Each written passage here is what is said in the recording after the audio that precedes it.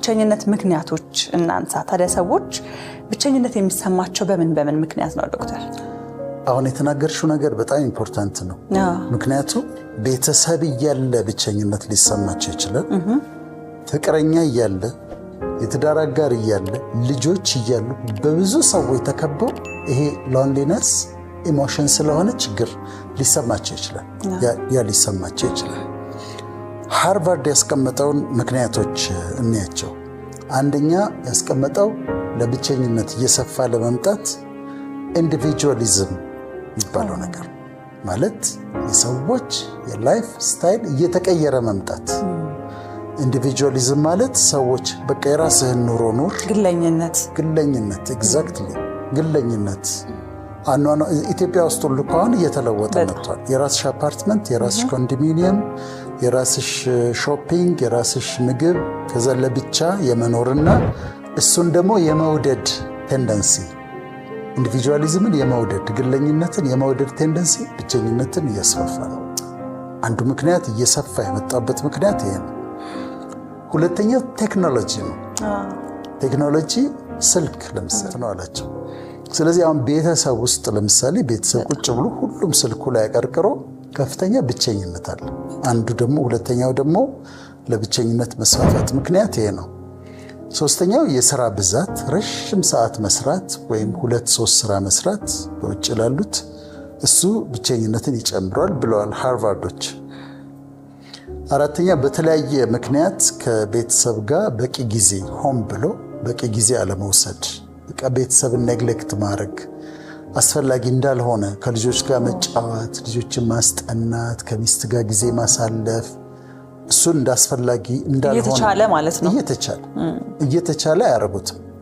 ቤት ገብቶ ቁጭ ብሎ ኪችን ውስጥ ከሚስቱ ጋር ለማውራት ፈቃደኛ አይደለም። ከልጆቹ ጋር ለማውራት ፈቃደኛ አይደለም። ማታ ገብቶ እንዴት አመሻች፣ ያኛው እንዴት ሆነ፣ ውጤት እንዴት ነበር ምናምን ብሎ በመግባት ከዛ ግን ራሱ በብቸኝነት ይቀጣል። ከሚስቱ ጋር ከልጆቹ ጋር ቢያወራ ግን ያ ይሰበር ነበር። አምስተኛው ሃይማኖት አለመኖር። ይሄ እኔ አይደለሁም ያልኩት፣ ሃርቫርድ ዩኒቨርሲቲ ነው ያለው ግራጁዌት ስኩል። ለምንድን ነው ሃይማኖት አለመኖር ብቸኛ የሚያደርገው? ሃይማኖት ሲኖርሽ ሙስሊም ከሆንሽ ሞስክ ትሄጃለሽ፣ መስጊድ ይሄዳል፣ እዛ ጋር ሰው ይገናኛል። ከፈጣሪ ጋር ብቻ ሳይሆን እርስ በርሱ ይገናኛል። በጣም ቤተክርስቲያን ከሄድሽ የተዋህዶ ልጅ ወይም ካቶሊክ ከሆንሽ ቤተክርስቲያን ስትሄጂ ከሰዎች ጋር ትገናኛለሽ። ወንጌላውያን አማኝም ከሆንሽ እንደዚሁ ከሰዎች ጋር ትገናኛለሽ። በዚህ ላይ ባይብል ስተዲ አለ፣ የቤት ህብረት አለ። ወንጌላውያን ጋር እሱ ያገናኛል። ከሱ ሰው ሲሸሽ በጣም ብቸኝነት ያጠቃዋል ብለው እነዚህን ምክንያቶች አስቀምጠዋል። እንግዲህ ዶክተር ብዙ ጊዜ እኔም ሰማለሁኝ ሰዎች በተለይ ደግሞ ሁሉ ነገር ሞልቷቸው አሁን ለምን ያልናቸው አሉ፣ ቤተሰብም የፍቅር አጋርም የሥራ ባልደረባም ሁሉም ሰው ሞልቶት በጣም ብቸኝነት የሚሰማው ሰው ምናልባት ከፈጣሪ ጋር ከእምነቱ ጋር ያለውን ነገር ቼክ ያደርግ የሚል ነገር እንደ ኮሜንትም ላይ የተለያዩ ሰዎችም ሐሳብ ሲሰጡበት እመለከታለሁና ይሄ ትልቅም መልእክት ይሆናል ብዬ አስባለሁ። ስለዚህ የብቸኝነት ምክንያቶችን ከተመለከትን ቀጣይ ደግሞ እስኪ አይነቶቹን ደግሞ እንመልከት። ብቸኝነት አይነት አለው ወይ? አዎ ብዙ አይነቶች አሉት እና የተወሰኑትን እናንሳ። እሺ የመጀመሪያው ሲቹዌሽናል ሎንሊነስ ይባላል። ሲቹዌሽናል ሎንሊነስ ማለት በሁኔታዎች ላይ የተመሰረተ ነው። ለምሳሌ ሰፈር ስትቀይሪ እዚህ ጋር የለመድሻቸው ሰዎች ነበሩ፣ እዛ ጋር አዲስ ነው፣ ብቸኛ ትሆኛለሽ። ቅድም እንዳልሽው ዩኒቨርሲቲ ስትገቢ፣ አዲስ ትምህርት ቤት ስትገቢ፣ አዲስ ሀገር ስትሄጂ እነዚህ ሁኔታዎች የሚያመጡት ብቸኝነት ይባላል። የመጀመሪያው አንዴ የዛሬ ዓመት አካባቢ ቢሮ ቀይሬያለሁና እዛኛው ቢሮ የጋር ሴምስ የነበረኝ ቢሮ ጋር የነበሩ ወዳጆቼን ሚስ አረኳቸው በጣም። ዶክተር እንዴት አደርክ የሚለኝ ሱልጣን የሚባል ወዳጅ አለ፣ የጥበቃዎች አለቃ ነው እና ዶክተር እንዴት አደርክ ጮክ ብሎ ነው የሚያወራው። እሱ ነበረ። መኪና የሚያጥብልኝ ወዳጅ ነበረኝ ዘገየ የሚባል፣ እሱን ሚስ አረኩት። ቢሮ ቡና አምጥታ ከዛ በዛው ቁጭ ብላ ትንሽ ቆም ብላ ወሬ የምታወራልኝ ነበረች ሜሮን የምትባል፣ እሷን ሚስ አረኳት። ቢሮ ደግሞ የምታስተካክልልኝ ደግሞ አበቡ የምትባል ወዳጅ ነበረች። እሷን ሚስ አረኳት። እዛች ጋር ቁጭ ብሎ ልብስ የሚሰፋ ልጅ አለ። እሱን አጣው። ተሾመ የሚባል ወዳጅ ነበረኝ። ከዛ ደግሞ እዛ ጋር ድርጅት አለ። የድርጅቱ ሹፌሮች አሉ። ሁሌ እኔ ስመጣ ፓርኪንግ ካጣሁ መኪናቸውን አንስተው ለእኔ ቦታ ሰጥተውኝ እነሱ ወስደው መንገድ ላይ የሚያቆሙ ወዳጆች ነበሩ። ግን አሁን ቢሮ ስቀይር ምንድነው የሆነው? እነዚህን ሰዎች በሙሉ ሉዝ አደረኳቸው። ከዛ ያው ሲቹዌሽናል ሎንሊነስ ይባላል። ቦታ ወይም ሰፈር ስትቀይሪ የሚመጣ ብቸኝነት ነው። ሁለተኛው የልዩነት ብቸኝነት አም ዲፍረንት ከመሆን አም ዲፍረንት ከማለት የሚመጣ ብቸኝነት ነው። ለምሳሌ አንድ አይነት ሃይማኖት ያላቸው ሰዎች ሆነው አንቺ የተለየ ሃይማኖት ሲኖርሽ መስሪያ ቤት ውስጥ ሊሆን ይችላል፣ አካባቢ ሊሆን ይችላል፣ ብቸኝነት ይሰማሽ። ወይም ደግሞ ተመሳሳይ የትምህርት ደረጃ ኖሯቸው እሷ ያልተማረች ከሆነች ብቸኝነት ይሰማታል።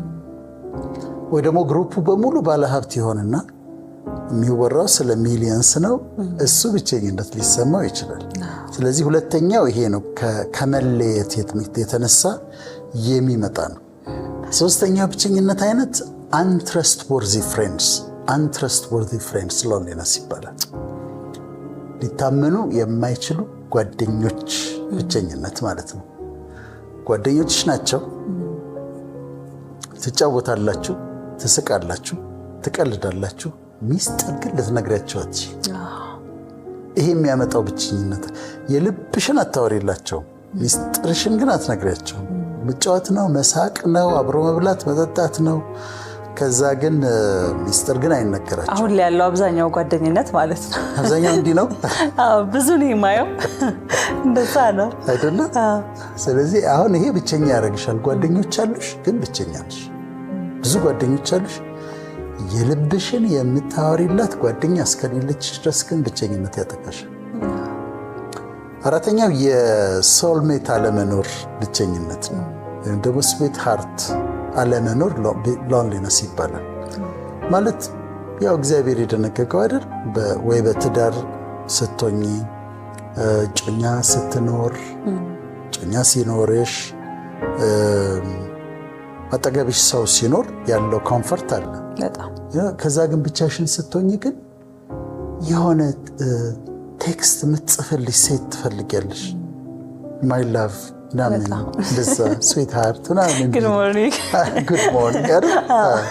ይሄ ቀይ የልብ ምልክት ኢሞጂዎች፣ አበባ፣ ቀይ አበባ እንደሱ መላላክ ሰዎች ይፈልጋሉ። ደግሞ ጥሩ ነው ካለ ከእግዚአብሔር ዘንድ ከሆነ ንጹህ ከሆነ ጥሩ ነው። ያ አለመኖር፣ የብዙ ጊዜ አለመኖር፣ ያ የፍቅር ጓደኛ እንደው ቴክስት የምታረጊ የምታዋሪ አለመኖር የማይፈልጉበት ጊዜ አለ። እድሜም አለው። ለወጣቶችም ይሄ ለሃይስኩል ተማሪዎች ምናምን አይሆንም። ይሄ የምናወራው እድሜያቸው ከፍ ላሉ የሱ አለመኖር የሚያመጣው ብቸኝነት አለ። የዚህ አብሰንስ የፍቅር ጓደኛ አለመኖር፣ በትዳር ወይ በጮኝነት አለመኖር የሚያመጣው ብቸኝነት አለ። ይህ ከባድ አይደለም? በጣም የአብዛኛውም ሰው ብቸኝነት ስሜት ከዚህ ጋር የሚያያዝ ይመስለኛል። አብዛኛው ሰው ሳያገባ ሲቀር፣ እድሜው ደርሶ የፍቅር አጋር ሳይኖረው ሲቀር በጣም በብቸኝነት ስሜት የሚሰቃይ ይመስለኛል።